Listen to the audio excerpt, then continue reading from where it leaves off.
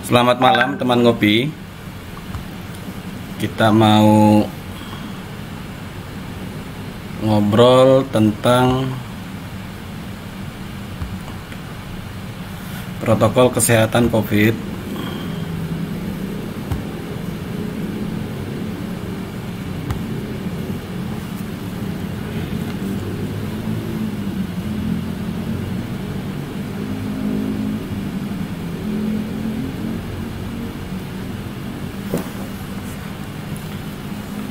Protokol COVID-19 saat pemungutan suara di TPS. Ada 15 hal baru di TPS hari ini, dan kemarin KPU menyampaikan meme tentang protokol kesehatan COVID di TPS.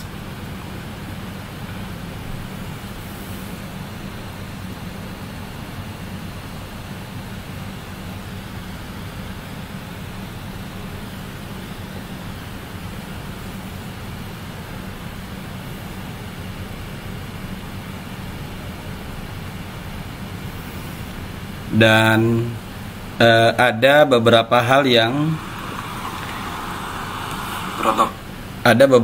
yang simpang siur ditanggapi berbeda. Sebagai contoh, bagaimana pelayanan terhadap pemilih yang terinfeksi COVID. Kalau dilayani nanti bagaimana nasib KPPS-nya, kan bisa terinfeksi. Nah, hal-hal semacam ini perlu kami jelaskan secara ringkas. Prinsip dalam peraturan KPU penyelenggaraan pemilihan serentak 2020 di masa pandemi COVID mengedepankan atau menerapkan prinsip kesehatan dan keselamatan. Prinsip kesehatan dan keselamatan ini sebelumnya tidak ada. Namun karena suasana sekarang tengah pandemi COVID, ini diakomodasi. Yang kemudian teman-teman bisa perhatikan terdapat sejumlah perubahan.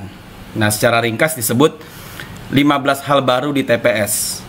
Jadi poin utamanya adalah KPU RI punya komitmen yang sama, keinginan yang sama dengan semua pihak yang menyuarakan pemilihan serentak dilakukan menjamin kesehatan dan keselamatan para pihak di TPS. Nah, berikut penjelasan ringkasnya. 15 hal baru di TPS mulai dari jumlah pemilih. Dalam suasana pilkada serentak sebelum pandemi COVID, pemilih per TPS 800. Nah, teman ngopi yang pernah menjadi KPPS, katakanlah pilkada serentak 2018, 2015, coba diingat, itu jumlah pemilih rata-rata sekitar 600-700. Nah, sekarang dibatasi maksimal 500.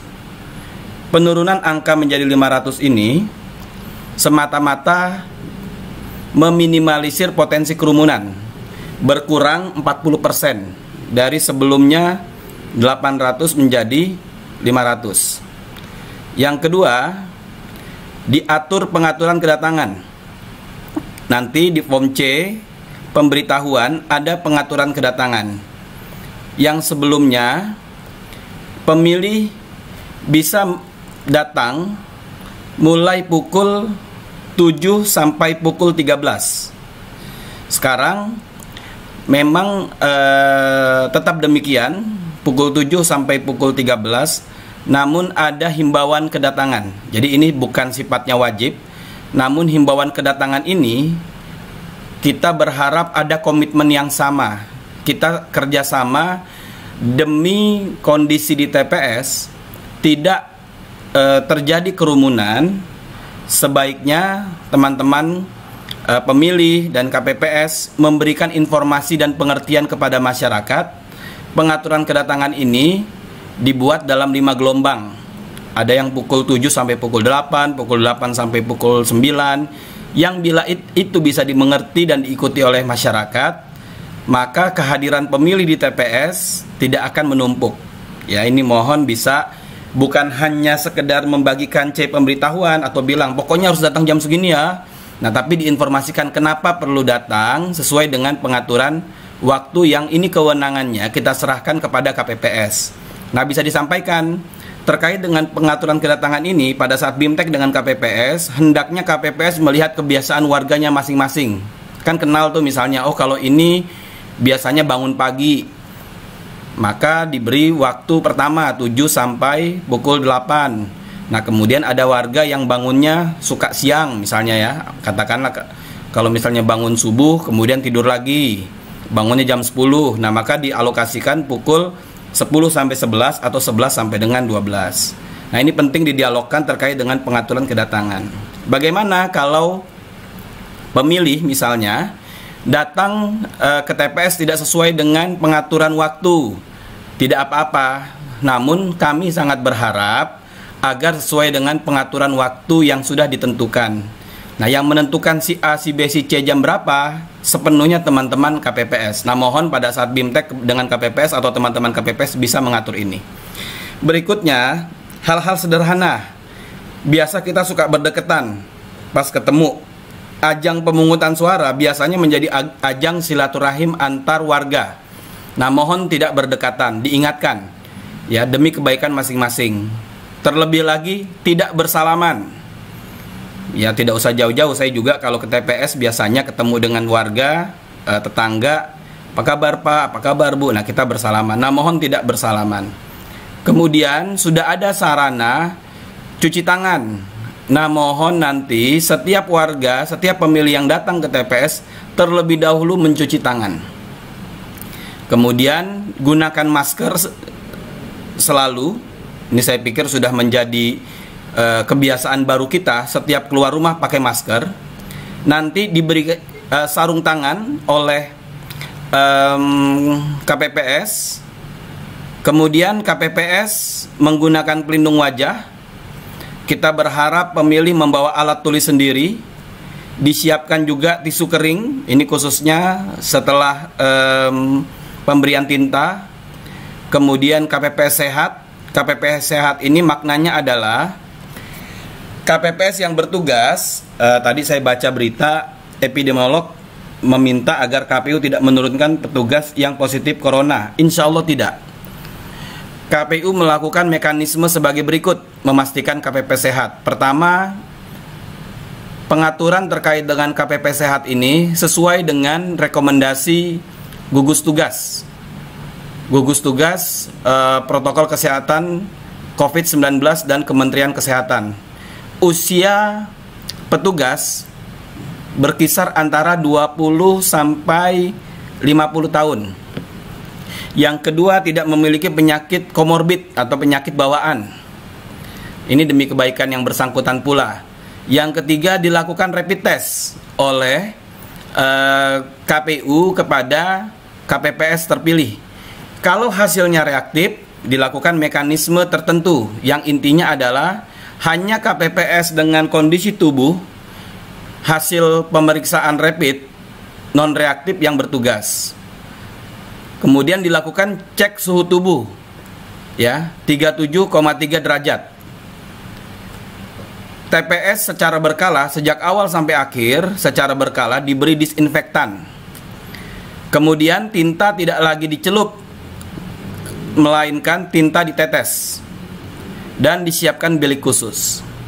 Nah, 15 hal baru ini maknanya adalah penerapan protokol kesehatan dengan standar tinggi dan berlapis, yang tujuannya semata-mata dibuat menjamin, memastikan proses pemungutan dan penghitungan suara sesuai dengan protokol kesehatan COVID-19. Mari kita ikuti alurnya. Berikut gambaran penyesuaian layout TPS pada saat pemungutan suara. Dilakukan beberapa perubahan. Bagi rekan-rekan KPPS yang biasa bertugas, mohon bisa menjadi perhatian untuk disesuaikan hal-hal sebagai berikut. Pertama, ada bilik suara khusus. Ini kalau di lapangan, di salah satu sudut areal TPS. Katakanlah ini yang kita sarankan, misalnya ini pintu masuk di salah satu sudutnya, sebaiknya di daerah sini. Pertanyaan selanjutnya, bagaimana kalau areal TPS-nya itu gedung sekolah? Kan gitu ya. Nah, silahkan dimodifikasi, disesuaikan, sangat tergantung kasus lapangan. Contoh, areal ruang sekolah itu ada 2, ada connecting door misalnya ya. Nah, itu dibuka, maka bisa saja, misalnya nih contoh, tapi ini sangat tergantung ya, tidak usah saya coret-coret, di sini saja.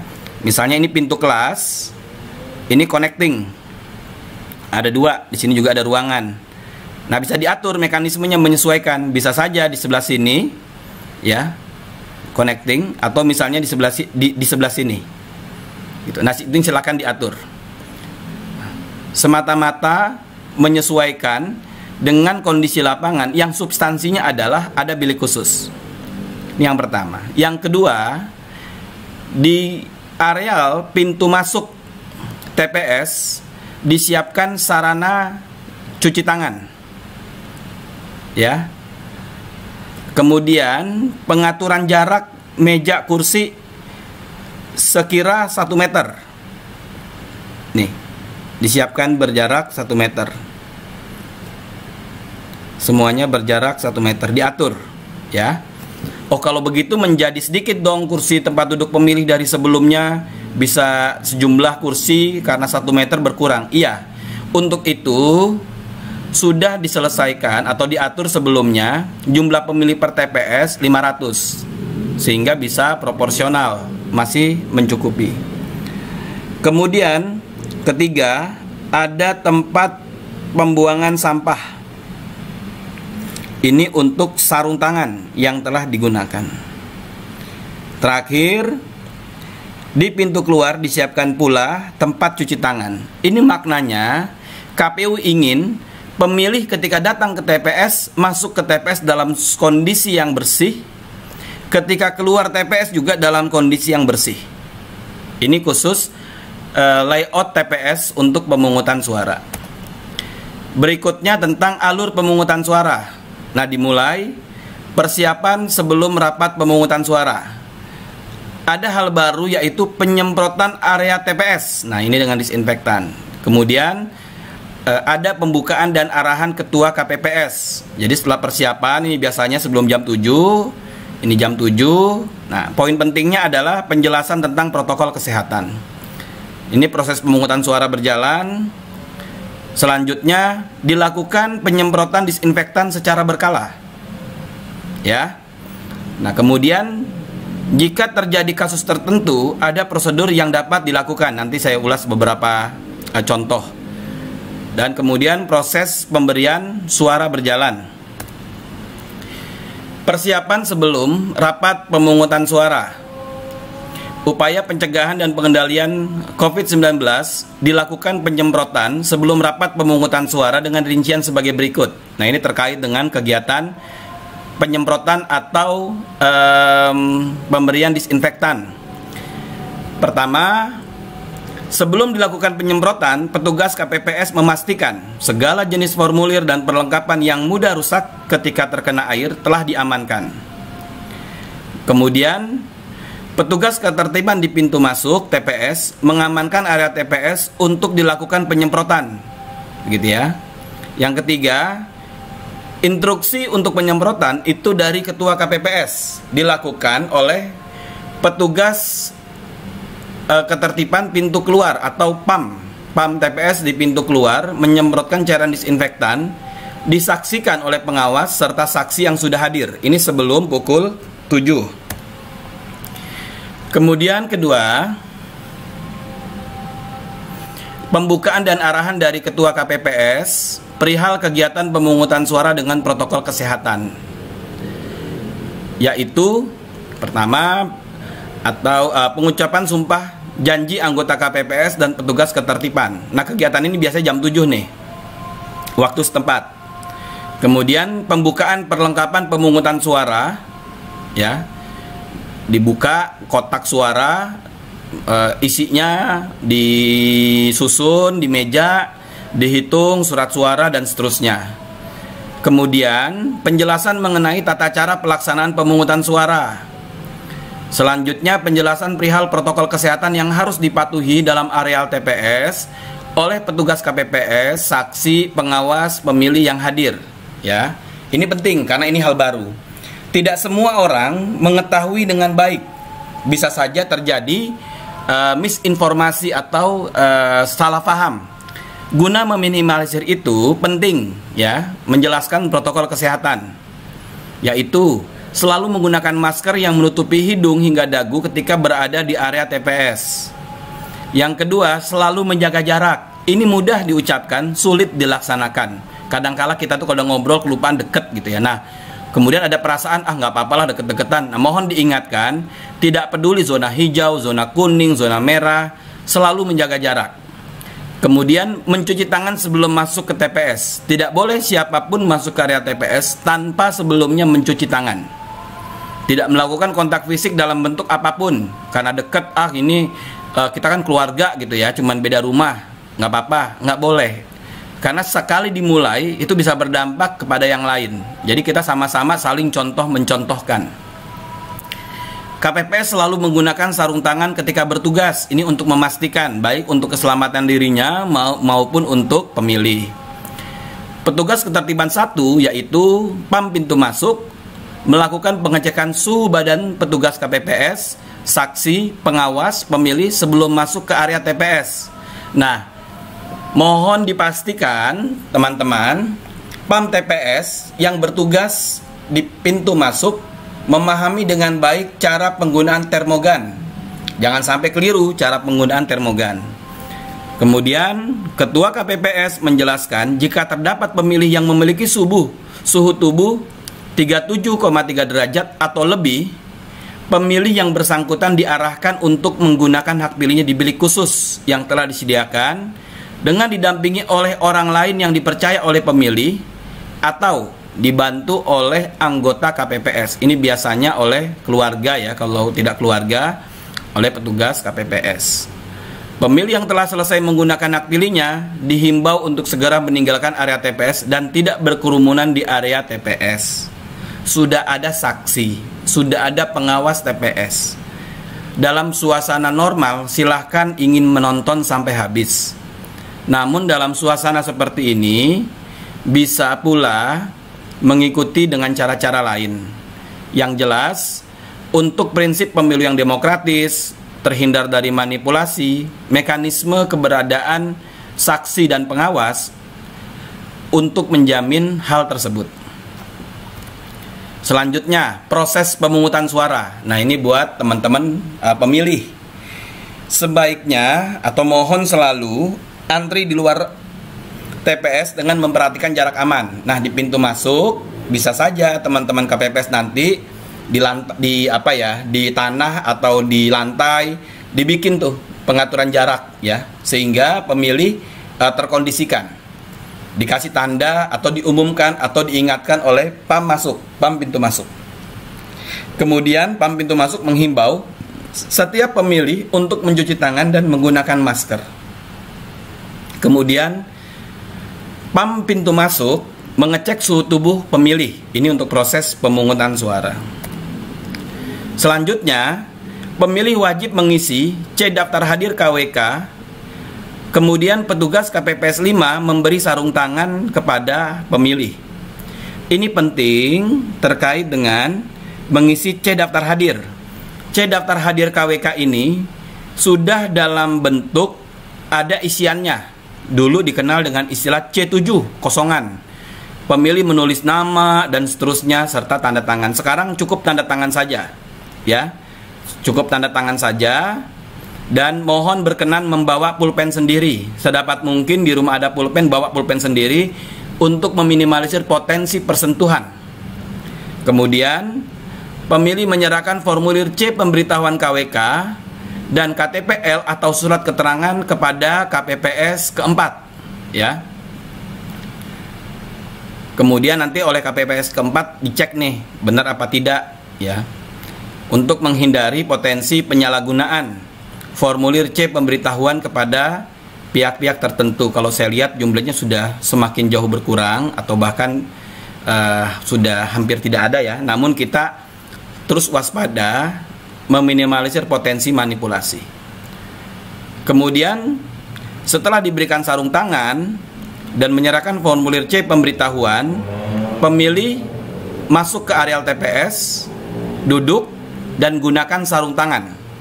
Ya, gunakan sarung tangan dan menunggu giliran dipanggil di kursi yang telah disediakan dengan tetap menjaga jarak.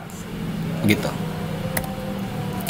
Selanjutnya, prosedur penyemprotan disinfektan secara berkala. Penyemprotan disinfektan dilakukan secara berkala ketika tidak terdapat pemilih yang berkumpul dalam jumlah banyak, baik di dalam TPS maupun di areal luar TPS, khususnya di areal dalam TPS. Misalnya pertama kali sebelum jam 7, kira-kira nanti jam 9 atau jam 10.00 semprot lagi. Kemudian pada saat selesai pemungutan suara bisa disemprot lagi, begitu. 1. Sebelum dilakukan penyemprotan, petugas KPPS memastikan segala jenis formulir dan perlengkapan yang mudah rusak ketika terkena air telah diamankan. Hati-hati, jangan semangat nyemprot semuanya. Ini formulir-formulir disemprot juga. Jaga-jaga, khawatir ada COVID-nya, ya nanti rusak formulirnya. Nah, diamankan dulu ya. Diamankan dulu formulir dan perlengkapan yang mudah rusak kalau kena air. Kemudian Ketua KPPS menghimbau kepada seluruh petugas, saksi dan pengawas untuk sementara keluar areal TPS sebelum dilakukan penyemprotan, ya. Supaya clean, bersih semuanya disemprot seluruh areal. Pam pintu masuk mengamankan area TPS untuk dilakukan penyemprotan, ya. Ketua KPPS menginstruksikan pam pintu keluar TPS untuk menyemprotkan cairan disinfektan di area TPS dengan disaksikan saksi dan pengawas yang sudah hadir. Nah, ini prosedur jika terdapat kasus khusus. Nah, ini ada beberapa nih. Ini hal baru ya. Sebenarnya sih sudah berjalan, namun ya ada yang sudah berjalan, ada yang baru. Kalau yang ini baru nih. Dalam hal terdapat pemilih yang memiliki suhu tubuh 37,3 derajat Celcius atau lebih, dilakukan dengan ketentuan sebagai berikut. Nah, ini penting nih ketentuannya. Kemarin ada yang nanya dengan saya, wartawan, Pak, bagaimana kalau ke bilik khusus itu nanti masukin surat suaranya siapa? Terus dikasih tinta apa enggak? Nah, ini gambarannya nih. A. Pemilih yang bersangkutan diarahkan ke tempat yang disediakan di luar TPS, yaitu bilik khusus. Tadi di awal sudah saya informasikan di layout TPS. B. Pemilih yang bersangkutan mengisi daftar hadir yang diberikan oleh anggota KPPS. C. Pemilih menerima surat suara dan sarung tangan 1 kali pakai dari anggota KPPS. D. Pemilih memberikan hak pilihnya dengan didampingi oleh orang lain yang dipercaya pemilih atau dibantu anggota KPPS dan mengisi formulir pernyataan pendamping pemilih, ya. E. Pemberian suara sebagaimana dimaksud pada huruf D dilakukan di bilik suara yang tetap menjamin pemberian suara berlangsung sesuai dengan ketentuan perundang-undangan. F. Setelah memberikan suara, pemilih diberi tanda berupa tinta di salah satu jari pemilih sebagai bukti bahwa pemilih yang bersangkutan telah memberikan hak pilihnya dengan menggunakan alat tetes dan tidak mencelupkan jari pemilih ke dalam tinta. Kesimpulannya adalah apabila terdapat pemilih dengan suhu tubuh 37,3 derajat Celcius atau lebih, dia pertama diarahkan oleh PAM TPS ke bilik khusus. PAM TPS juga berkoordinasi dengan Ketua KPPS. Ketua KPPS kemudian menugaskan salah satu anggota KPPS untuk melayani pemilih tersebut. Ya, ini poin B, C, kemudian D, E, dan F. Maknanya adalah didampingi oleh satu anggota KPPS. Misalnya, anggota KPPS tersebut memberikan daftar hadir, tanda tangan, mengambilkan surat suara dan sarung tangan. Kemudian bisa saja mendampingi pemilih dalam memberikan suara. Kemudian setelah pencoblos, anggota KPPS tersebut menerima surat suara dari pemilih tersebut, membantu memasukkan ke dalam kotak suara, dan anggota KPPS tersebut membantu meneteskan tinta ke salah satu jari pemilih. Gitu ya, untuk prosedur apabila kasus khusus suhu pemilih di atas 37,3 derajat. Prosedur tertentu lainnya. Dalam hal terdapat pemilih yang tidak menggunakan alat pelindung diri paling kurang berupa masker yang menutupi hidung dan mulut hingga dagu, petugas ketertiban memberikan masker kepada pemilih yang bersangkutan sebelum masuk ke dalam TPS. Ini wajib. Datang pemilih tidak pakai masker, bisa lupa, bisa karena hal lain. Idealnya sudah pakai, karena sekali lagi menggunakan masker keluar rumah sudah menjadi kebiasaan baru laksana kita menggunakan pakaian, ya. Jadi mudah-mudahan teman-teman KPPS bisa juga, ini bagian dari edukasi protokol kesehatan COVID-19. Selanjutnya, kasus tertentu. Dalam hal terdapat saksi atau pengawas TPS yang suhu tubuh 37,3 derajat atau lebih, yang bersangkutan tidak dapat mengikuti pelaksanaan pemungutan dan penghitungan suara dan diganti saksi dan pengawas TPS lainnya. Ini demi kebaikan kita. Bisa saja ada yang berpendapat, kan meskipun di atas 37,3 derajat bisa saja yang bersangkutan belum tentu COVID. Oh iya, tapi itu salah satu gejala yang dimungkinkan terinfeksi COVID. Nah, kita ingin benar-benar menjamin, tidak mau spekulasi. Pokoknya kalau 37,3 derajat atau lebih, saksi atau pengawas TPS diganti. Silahkan nanti saksi berkoordinasi dengan pasangan calonnya atau tim kampanye. Pengawas TPS berkoordinasi dengan PKD atau Panwascam atau Bawaslu Kabupaten Kota. Kemudian, dalam hal pada saat pemungutan dan penghitungan suara, terdapat pemilih, saksi, dan pengawas TPS yang memiliki suhu tubuh 37,3 derajat. Nah, KPPS wajib lapor kepada PPS, ya. Jadi setiap ada pihak yang suhu tubuhnya 37,3 derajat Celcius atau lebih, Ketua KPPS bisa saja WA, SMS, menginformasikan dengan cara-cara lain kepada PPS. Ini ada di tempat kami suhu tubuh di atas 37,3 derajat. Sekarang terkait dengan pemberian suara. Ketua KPPS memanggil pemilih untuk mengambil surat suara. Ini asumsinya pemilihnya sudah duduk nih, sudah pakai masker, pakai sarung tangan. Nah, dipanggil oleh Ketua KPPS. Nah, kemudian pemilih memeriksa kondisi surat suara sebelum menuju bilik suara. Selanjutnya, pemilih menggunakan hak pilihnya mencoblos dengan alat bantu yang telah disediakan. Paku. Mencoblos sekali pada kolom yang berisi nomor urut, pas foto, nama pasangan calon. Setelah mencoblos, memasukkan surat suara ke dalam kotak suara sesuai dengan jenis pemilihan, dipandu anggota KPPS ke-6. Ya, anggota KPPS ke-6 nih jagain kotak suara nih tugasnya. Kemudian jangan lupa langsung membuka sarung tangan yang kemudian membuang ke tempat sampah yang disediakan di dekat meja KPPS ke-7. Jangan buang sampah sembarangan. Nah, poin pentingnya pemilih dan KPPS, cara membuka sarung tangan itu jangan sampai tersentuh bagian luarnya. Jadi buka dulu satu bagian, kemudian ketika membuka bagian yang lain itu dengan tangan dimasukkan ke dalam kepada satu bagian tangan lainnya. Jadi jangan sampai kedua belah tangan ini menyentuh bagian luar sarung tangan yang telah digunakan. Kemudian KPPS meneteskan tinta dengan alat tetes ke salah satu jari yang telah menggunakan hak pilihnya. Petugas ketertiban di pintu keluar TPS memberitahukan pemilih wajib untuk mencuci tangan di tempat yang telah disediakan. Kemudian, pemilih yang sedang menjalani rawat inap, isolasi mandiri, dan atau positif terinfeksi COVID-19. Nah, ini penting sekali nih. Sampai tadi masih ada pertanyaan, ini bagaimana perlakuannya? Nah, mari kita lihat.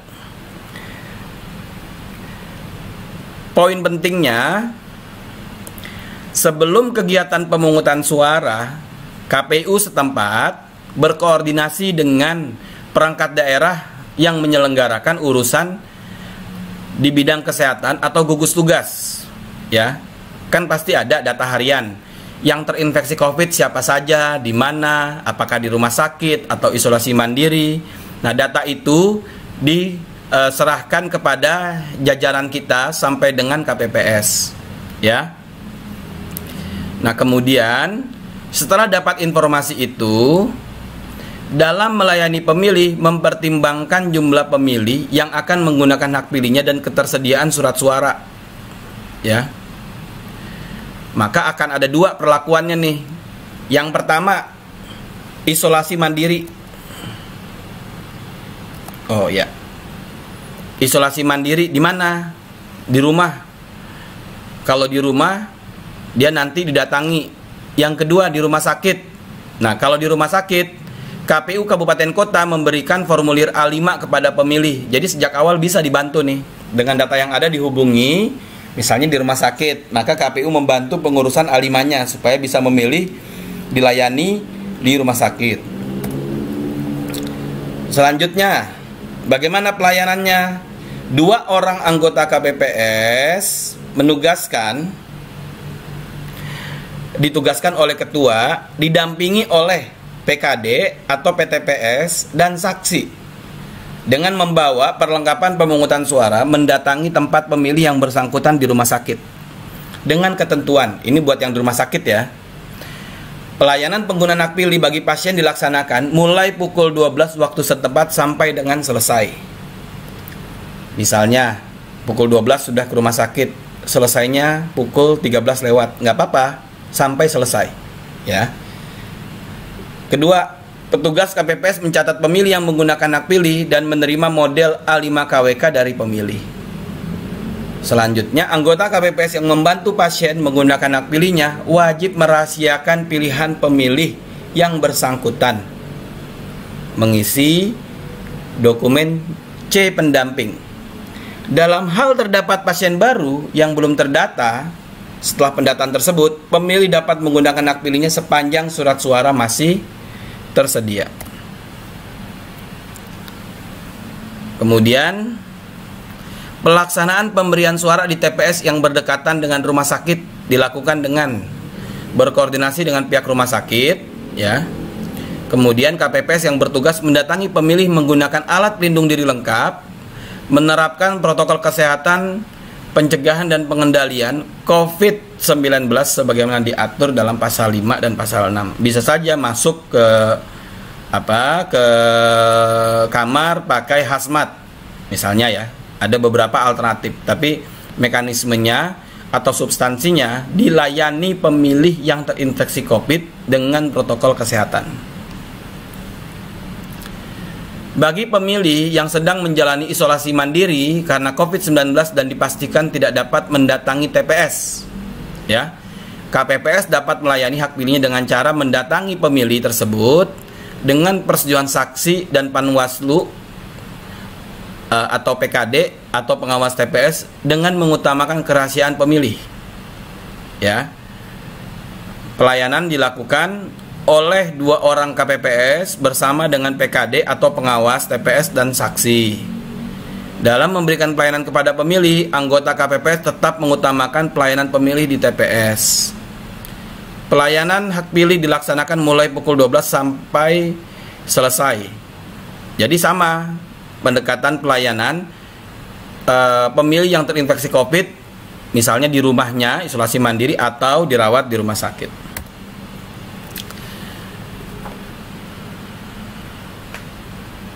Ini mekanismenya seperti tadi sama ya, sudah saya ulas kembali. Nah, demikian gambaran bagaimana kegiatan pemungutan suara di TPS dengan menerapkan protokol kesehatan COVID-19. Uraian tersebut mencerminkan KPU bersungguh-sungguh menjamin kesehatan dan keselamatan para pihak dalam pemungutan suara di TPS. Sekarang saya coba mau lihat ada pertanyaan apa enggak nih yang masuk.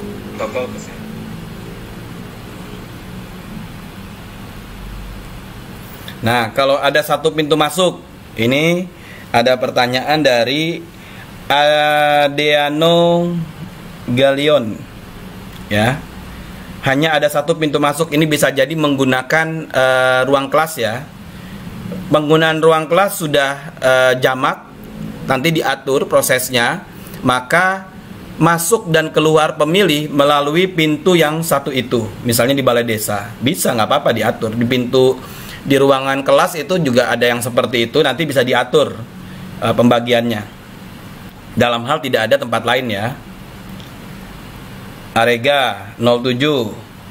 Selesai menghitung suara, apa saja yang dimasukkan ke dalam kotak suara dan yang di luar kotak suara sebelum diserahkan ke PPS. Ini nanti berikutnya, satu-satu dulu. Masih ada, ya, ada segmen lain. Kemudian kayaknya nggak ada lagi pertanyaan, yang saya ikuti cuman ini. Sebentar, atau saya coba lihat, ya. Ke dalam kotak suara dan yang di luar kotak suara sebelum diserahkan ke PPS. Ini nanti berikutnya, satu-satu dulu. Masih ada, ya, ada segmen lain. Kemudian kayaknya nggak ada lagi pertanyaan, yang saya ikuti cuman ini. Baik rekan-rekan, atau saya coba lihat, ya. Saya cukupkan ke dalam kotak suara dan yang di luar kotak suara sebelum diserahkan ke PPS. Nanti berikutnya, satu-satu dulu. Masih ada, ya, ada segmen lain. Kemudian